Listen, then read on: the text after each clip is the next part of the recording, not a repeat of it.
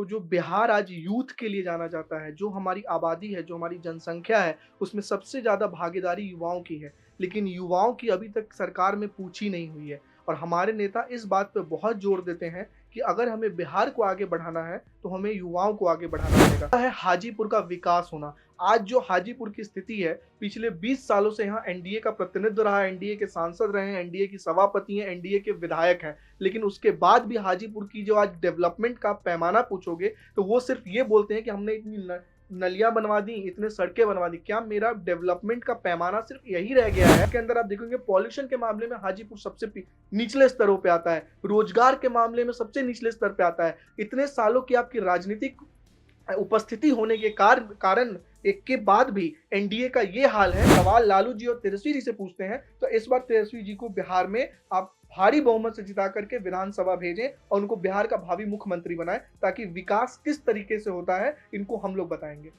आपकी आवाज को सुनने आ रही है प्रभात खबर इलेक्शन एक्सप्रेस। देखते रहिए प्रभात खबर इलेक्शन एक्सप्रेस।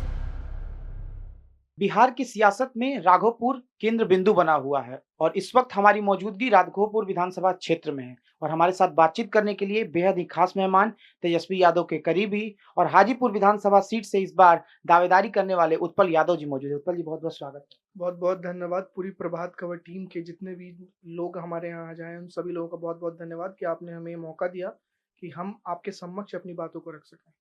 आपका घर राघोपुर में हुआ, तो इस बार तेजस्वी यादव के चुनाव लड़ने की संभावना फिर से प्रबल मानी जा रही है। कैसी तैयारी है?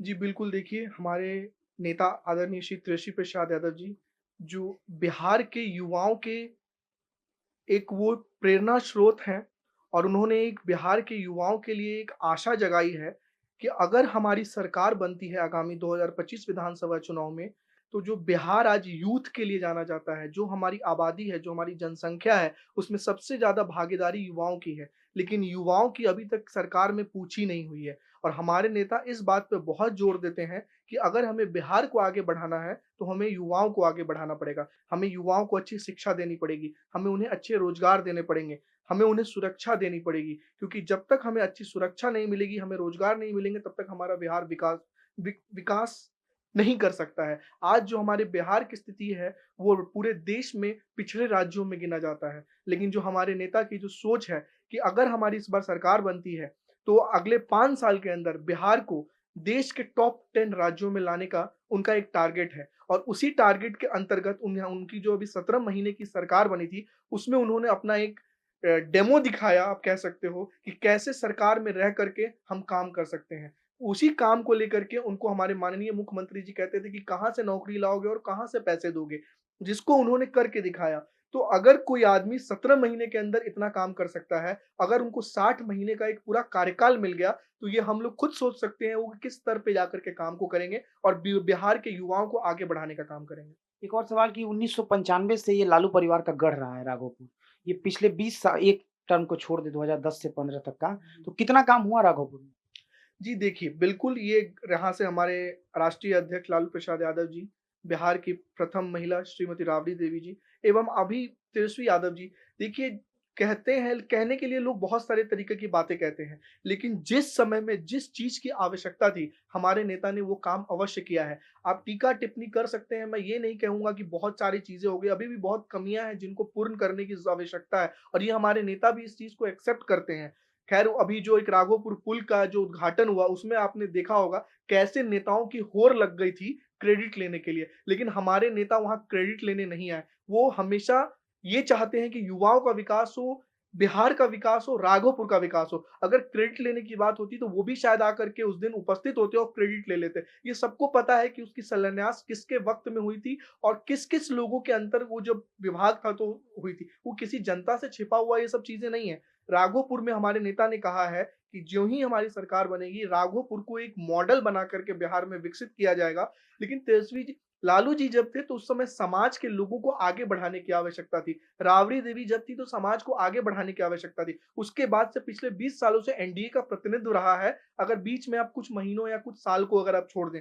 लेकिन जब भी सरकार से ये सवाल पूछा जाता है, तो वो विपक्ष पे ही सवाल पूछना शुरू कर देते हैं। बल्कि लोकतंत्र में सवाल पूछने का काम विपक्ष का होता है। लेकिन ये 20 साल की जो सरकार है, इनसे कुछ भी पूछिए, ये सिर्फ कहेंगे कि लालू जी ने क्या किया, तेजस्वी जी ने क्या किया। तो मैं बिहार की जनता से अपील करूँगा कि अगर आपको तेजस्वी जी और लालू जी से ही सवाल पूछना है, तो इस बार जो हमारा विधानसभा चुनाव होने वाला है, उसमें पूर्ण बहुमत दे करके हमारे नेता आदरणीय श्री तेजस्वी प्रसाद यादव जी को बिहार का मुख्यमंत्री बनाएँ और उसके बाद आप उनसे सवाल पूछें कि उन्होंने बिहार के लिए क्या किया।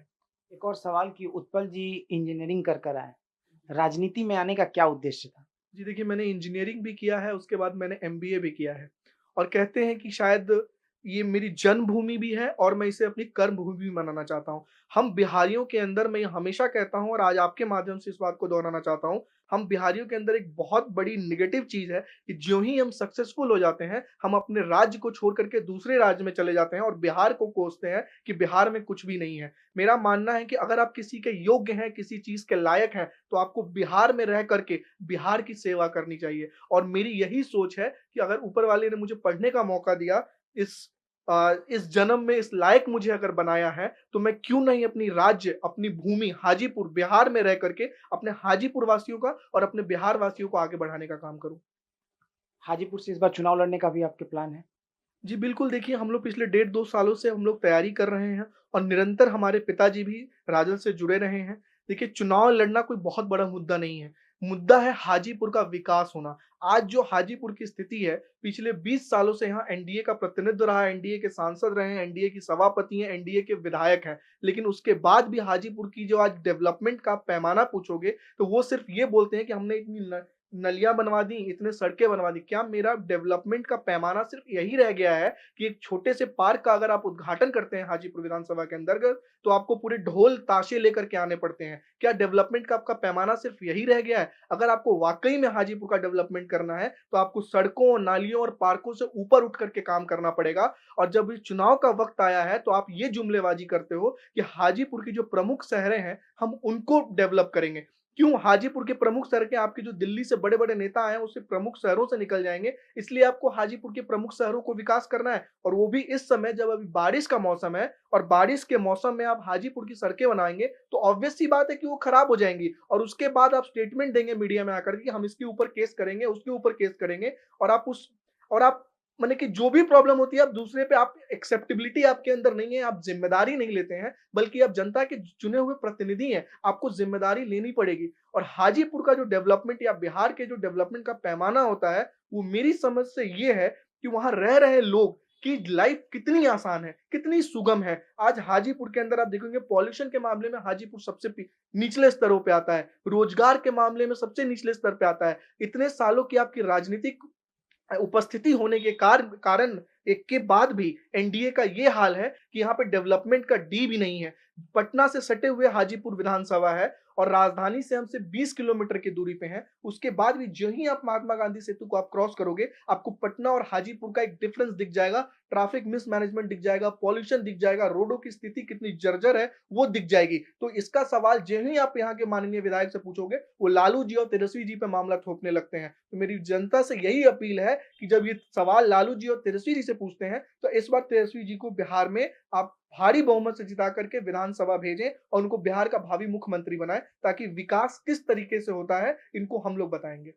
एक आखिरी सवाल, लोगों के मन में ये संशय है कि इस बार राघोपुर तेजस्वी यादव छोड़ के किसी और क्षेत्र से चुनाव लड़ सकते हैं।